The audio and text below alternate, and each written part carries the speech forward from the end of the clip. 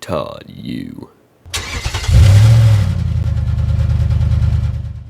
Hey, welcome to Todd-U. What I'm hoping to do today is give a little information on the difference between gasoline engines and diesel engines. A lot of people, when you say what's the difference, well, number one is the fuel. Well, diesel fuel as a whole is not as refined as gasoline. It's also not near as volatile to flame. For example, if I've got what I got here inside this injector tester is diesel fuel. And you can see that it does not light on fire, even in a plastic dish. Now, if this was gasoline, you'd never be able to do that. In fact, it would light before I ever got there because it would be the fumes that ignite on the gasoline. Some other differences about gasolines versus diesel engines. Gasoline engine uses either a carburetor or a throttle body, or it is direct injected as well. But what we use to ignite that is a spark ignition. We either have a distributor or we have a distributorless ignition, and we have spark comes in approximately around 8 degrees before top dead center to make that explosion. Now, both these engines, diesel or gasoline engines, are 4-stroke engines typically.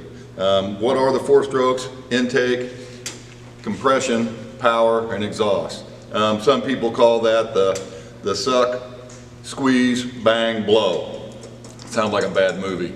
Anyway, the 4 strokes of the internal combustion engine, this is what's going on. On a gasoline engine, we're bringing the piston in a downward motion in intake with the intake valve open, and we're bringing in a fuel-air mixture that comes into the cylinder. As we come up on compression, the intake and the exhaust valves are closed, and we are squeezing that air-fuel mixture, and about 8 degrees before top dead center, we get a spark from our ignition system, and we have a dramatic explosion. Boom!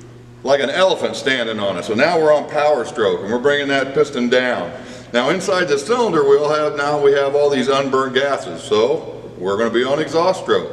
We start coming up on exhaust stroke, the exhaust valve opens, piston comes up, pushes all that nasty exhaust fumes out into the atmosphere for all of us to breathe, and there you go. On the diesel engine, it's different.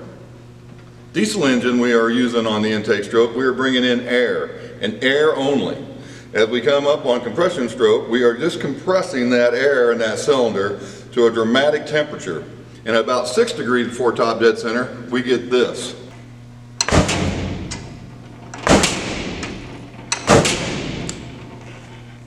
We get a poof of injected diesel fuel coming into that cylinder. The air in that cylinder has got to be approximately 420 degrees Fahrenheit for it to hit that combustion. After that, we're on power. We come down. We still have that unburnt exhaust in there. We come up. Exhaust valve comes down. We push that up into the cylinder head through the exhaust manifold. And on a typical diesel engine, we are going to run some kind of turbo, which means that those are aspirated engines. Aspirated means that we're forcing air into it either with a turbo or a blower. There's some engines that run multiple turbos. Your typical ones are either running 1 or 2 on the open road these days. What happens is the turbo gas or the exhaust gas comes in and hits this turbine wheel. And as that exhaust gas comes out and hits the turbine wheel, it spins this. And as it spins it in this direction, it is bringing intake air on this one, and this is my compressor side. So it compresses that air, brings it into this bellows, and then goes and we force that into our intake. Our intake is going to be, can be large or it can be small. It doesn't really matter. The amount of air that we get in here is very important. We get what's called boost pressure. Typically, the higher the boost pressure, the more volume of air we've got in there, and the bigger amount of fuel we can put in our fuel air mixture to give us that bigger bang, give us more power. It's very simple. It's a really simple piece of equipment, and actually, we're using the exhaust gas to make more power, so we don't have any pre-static load. Pre-static load when you operate something else off of a belt. For example, if we were going to use a blower, we're going to be using horsepower to turn that blower to make more horsepower. The turbo, we're already going to have exhaust gas anyway, so it is no load on the engine. This, a gasoline engine, all of them, everything pretty much out in the parking lot here is all naturally aspirated. So that's a little different deal. The turbo is something that takes the exhaust gas and then uses it on helical to have an intake that is compressed with the air and forcing that into the intake system of the diesel engine. Thanks for watching. I hope you've enjoyed today's video, and I hope you've learned something new. If you would like to learn more about what it takes to be a technician, or just how something works in general, please feel free to check out some of my other videos.